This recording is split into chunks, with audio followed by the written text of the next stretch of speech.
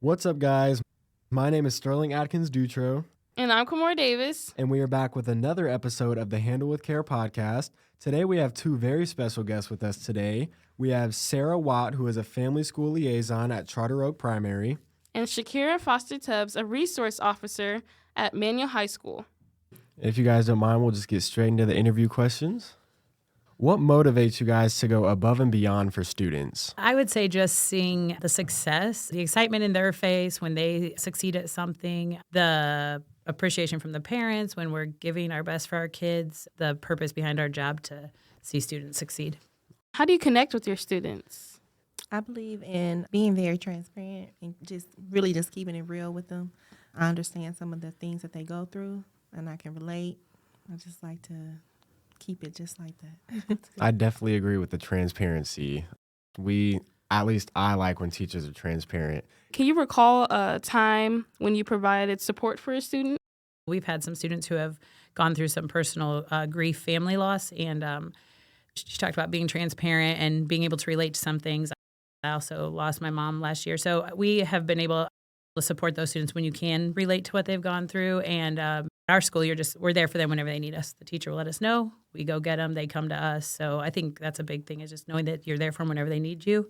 And like, if you can relate to what they've been through. I agree. Keeping it in retrospective, knowing that whatever happens in our community, it affects one of our students somewhere, whether it's in our building or another building. You know, it's something that they got to learn to function through, and how do we help them and best support them through those things. Everything that usually happens in the community, it falls into one of our schools somewhere. So I think that's important, and it just gives you that drive to just keep going. How would you recommend other support staff to connect with students if they don't have relatable experiences? Everyone can relate somewhere to something. I mean, we all go through different things in our lives, maybe not as some of the more tragic things, but we all have went through something in our lives at this point. I think just being able to really be honest and think about how we feel. Some of the things that some of our students go through, even as an adult, I can't imagine how I would function. So how do they function being younger? How do they learn to express themselves and go on? You know, some of the things I've seen, I would struggle. I think you just have to keep in mind it's something that everybody is not exempt from. You know, everyone will have some type of experience. What qualities do you think are important when supporting students? Definitely empathy. Follow on the other one, if you haven't experienced it, but you can imagine how you would feel if you did and what kind of support you would need. So definitely empathy, understanding, patience, because some people take longer than others to get through things. Mm-hmm. I think being the person that you need and that you would want a person to be for you. So put yourself in those shoes. And then it just goes back to the golden rule of treating everyone how you want to be treated. I'm writing that statement down because I really liked it. Being the person that you need. What do you see your students struggling with the most? Social skills, actually. Mm-hmm. And that's what we were talking about. Exactly, Social skills, we SEL. believe, should be taught, like in preschool, kindergarten. I feel like having social skills really impacts the youth overall. Yes, I think even with our adults, good morning. You know, let's start there. Let's start off when you come into a room and you say good morning. Whether it's good or bad, I feel like, just start somewhere. We have to learn how to communicate. When we walk through the office every morning, we say good morning to Yes. everyone in there, set the mood high. I agree. A good morning goes a long way. It really does. So when you guys were younger, growing up in schools, was there a big supporter that you guys had? We did not have the resources we have today. Absolutely not. I was at a small school and we did have some support, but I think Peoria at least has a lot of resources that we did not have when I was a kid. I went to private school until high school. I actually went to Peoria High. Oh, there you go. Okay.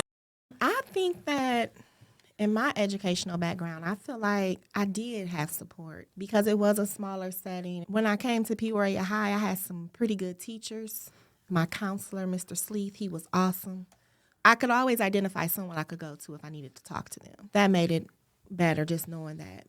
Luckily, I had a great family that was my support. When I got into the school setting, I always identified with someone that I could talk to.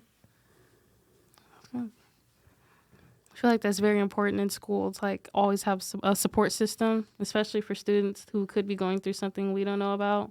And that's what I like about our school, really District 150 overall, because I feel like I've always had a support system with staff.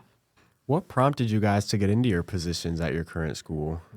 Just being there for the kids. I just think that an adult, like she was saying, someone they can go to is just so important, to have an adult that you can trust and go to. And we were those adults.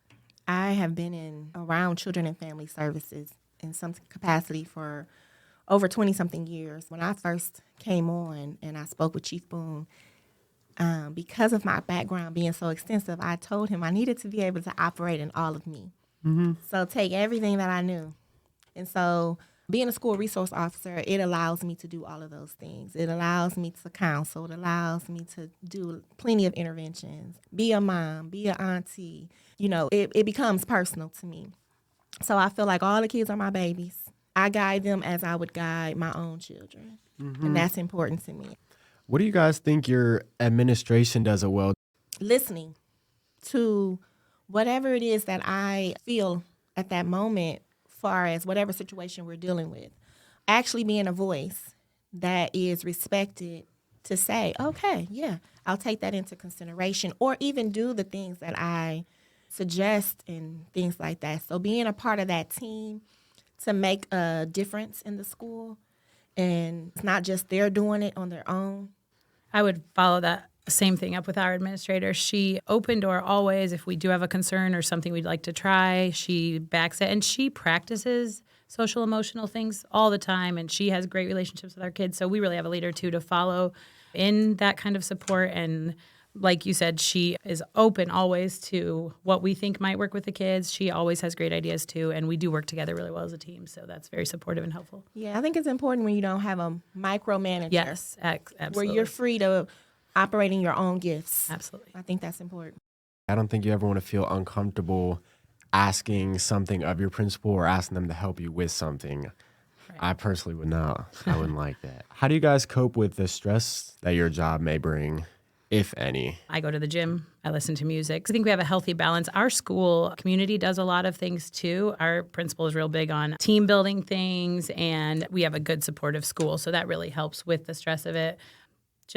It is stressful, but the relationships you build with kids is really worth it. I agree with the gym. It really works. I think remembering that you can't always save. I used to didn't get that. You can't save everyone. Everyone isn't assigned to you to save. And not taking those stresses home. Sometimes you got to just sit in your car when you get home and pick up the next thing in 15, 20 minutes. And then I say, pray. I pray. So that's important for me so I can release some of the things that I come up against. What advice would you guys give to your younger selves? Yeah, that's the question I was going to ask. Yeah. I would say do everything that you think that you want to do. And whatever you want to do, be the best at it that you can be. Don't put a ceiling on your sky. People say the sky is the limit. It's beyond that. So don't put a limit on anything that you think. If you can think it, you can achieve it. Yes. I saw a quote the other day, and it was like, don't tell me the sky's the limit when there are footprints on the moon. I like that.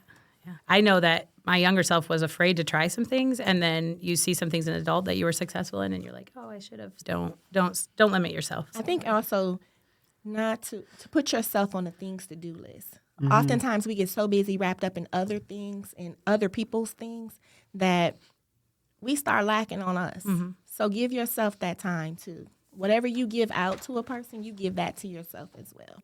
From your perspective, how have times changed when you were a kid to what you see now? I felt like we worked a lot harder. I realized that we have a lot of different resources now so that students can be successful, they can graduate. But I think that we had to make it work and we had to get it then. We didn't have all those resources in place. Either you got it or you didn't. Mm-hmm. And discipline. Yeah. Discipline was really big for us back then. Yes. So some of the stuff that I see within the schools, we could not dare. We didn't even think about it. Yeah, that has changed a lot. We were a little bit more stable in those areas.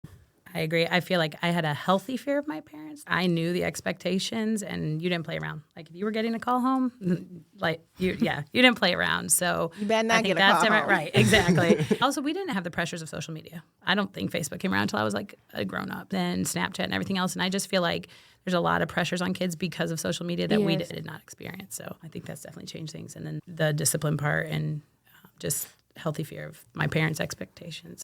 So. Going back on the social skills aspect of what we talked about and then social media, I think when they go hand in hand, it doesn't allow for students to express themselves outside of social media as well as they are able to on social media because they get so comfortable behind the phone. They aren't necessarily provided the skills to talk to people in real life. For sure, yeah. That does go with the social skills because, you've lost that. I think students look at the fiction of what it is, and reality, a lot of things are not that. Exactly. I think they heavily rely on social media because if it all went away, What would you do? I know exactly. Well, lastly, is there anything that you guys want to leave with the audience? I think it's just important to, like I said, treat everyone like you want to be treated. Smile. You don't know what a person's going through.